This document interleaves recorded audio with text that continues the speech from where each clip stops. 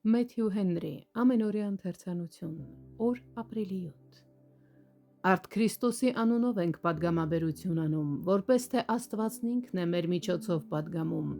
հանուն Քրիստոսի աղաչում ենք, հաշտվեք Աստծո հետ։ 2 Կորինթացիս 5:20 խոսք։ Հեթանոսներին ավետարանը չպետք է քարոզվեր, մինչև որ հրեաները չմերժեն այն։ Այս սահմանափակումը առաքյալների վրա դրված էր միայն նրանց առաջին առաքելության ընթացքում։ Ուր էլ որ նրանք գնային, պարտավոր էին հայտարարել, որ երկնքի արքայությունը մոտ է։ Նրանք քարոզում էին հավատքը հաստատելու համար, արքայության մասին հույսը զորացնելու համար, երկնքի մասին մարդկանց մեջ սեր արթնացնելու, իսկ երկրի նկատմամբ արհամարհանք։ Իսկ մոտ է ասելով, ցույց էր տրվում, որ մարդիկ պետք է անմիջապես պատրաստվեն նրան։ Քրիստոս նրանց շնորհեց հրաշքներ գործելու զորությունը, իրենց վարդապետությունը հաստատելու և վկայելու համար։ Սա ցույց էր տալիս, որ նրանց քարոզած վարդապետության նպատակը հիվանդ հոգիներին բժշկելն էր և նրանց կենդանացնելը, որոնք մեռած էին մեղքի մեջ։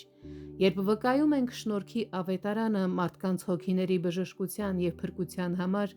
ամենից առաջ պետք է խուսափենք վարձական հոգու որևէ երևույթից։ Քարոզիչը չպետք է առաջնորդվի շահախնդրությամբ, այլ սիրով և նվիրումով։ Նրանց նաև ուղղություն էր տալիս Տերը, թե ինչպես վարվել օտար քաղաքներում ու գյուղերում։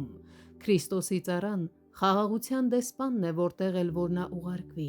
Նրա պատգամը ուղղված է նույնիսկ ամենաանարժան մեղավորներին,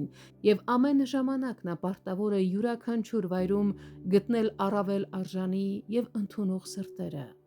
Մեզ վայել է ջերմեռանդորեն աղոթել բոլորի համար և բոլորի հանդեպ հարգանքով և սիրով լցվել։ Նրանք նաև գիտեին, թե ինչպես պետք է վարվեն նրանց հետ, ովքեր մերժում էին իրենց։ Աստծո ամբողջ խորհուրդը պետք է հռչակվի լիովին, և նրանք, ովքեր չեն ընդունում այս շնորհալի պատգամը, պետք է գիտակցեն, որ իրենց վիճակը վտանգավոր է։ Բոլոր նրանք, ովքեր լսում են ավետարանը, պետք է իսկապես սթափվեն, որպեսզի իրենց տրված հնարավորությունները չդառնան պատճառ, որ իրենց դատապարտությունը ավելի մեծանա։